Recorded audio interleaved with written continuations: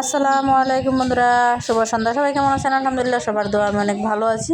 যদি দ্রুত যেতে চাও তবে একা হাঁটো, আর যদি বহু দূরে যেতে চাও তবে সঙ্গী নিয়ে হাঁটো, এটাই বাস্তব।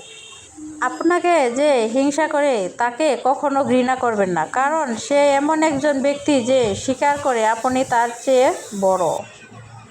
পৃথিবীতে দুজন নারীকে কখনোই কষ্ট দেবেন না। একজন আপনার মা, যিনি আপনাকে জন্ম দিয়েছে, আরেকজন আপনার স্ত্রী, যিনি আপনার জন্ম নিয়েছে।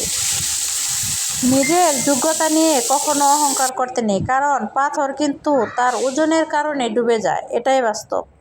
ততক্ষণ পর্যন্ত টাকা উপার্জন করুন যতক্ষণ পর্যন্ত না দামি জিনিসগুলো আপনার কাছে সস্তা মনে হয়, এটাই সত্যি। অতীত থেকে শুধু শিক্ষা নিতে হয়, অতীত বসবাস করতে হয় না।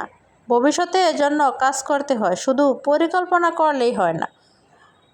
কিছু ভালোবাসা নীরবে আসে আমাদের জীবনে, আবার নীরবে চলে যায়, কিন্তু রেখে যায় স্মৃতি ও তীব্র যন্ত্রণা, এটাই সত্যি। পাবো না জেনে অপেক্ষায় থাকা, এ যেন এক মধুরতম বিষাদ।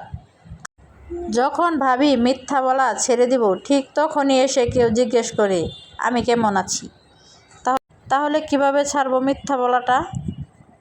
আসলে তো ভালো নেই, তো তারপরও তো মিথ্যা বলতে হয়, কি করব বলেন তো। সুখের চিঠিটা ভাঁজ খুলতেই দেখি দুঃখ নিয়ে ডাকপিয়ন হাজির।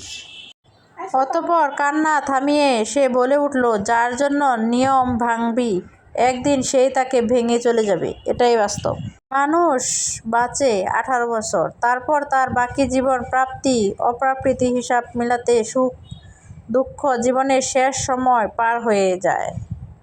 মানুষ ঠকায়েন না ভাই, মানুষ বাঁচেই বা কয়দিন। মানুষের বদদুয়া মানুষকে ভালো থাকতে দেয় না, এটাই বাস্তব। আপনার সাথে সব থেকে বেশি অন্যায় করা মানুষটার দিকে তাকিয়ে দেখবেন তার মধ্যে কোনো অপরাধ বোধের ছিটেফুটে চিহ্নই নেই। পৃথিবীতে সব ইচ্ছে পূরণ হয় না, পূরণ হতে নেই। সব কিছু পূরণ হলেও পৃথিবী বিষাদ লাগতো। আমি আশা করি তুমি একদিন বুঝতে পারবে যে তুমি আমাকে কতটা আঘাত করেছ, এবং তোমার দ্বারা আমি কতটা আঘাত প্রাপ্ত হয়েছি। আসলে সমস্যা আমরাই। আমি বেশি আশা করি, তাই কষ্টও পাই সবচেয়ে বেশি। চোখ ভরা ঘুম, মন ভরা স্বপ্ন, মাথা ভরা টেনশন। হ্যাঁ ভাই, এটাই হলাম আমি, এটাই বাস্তব।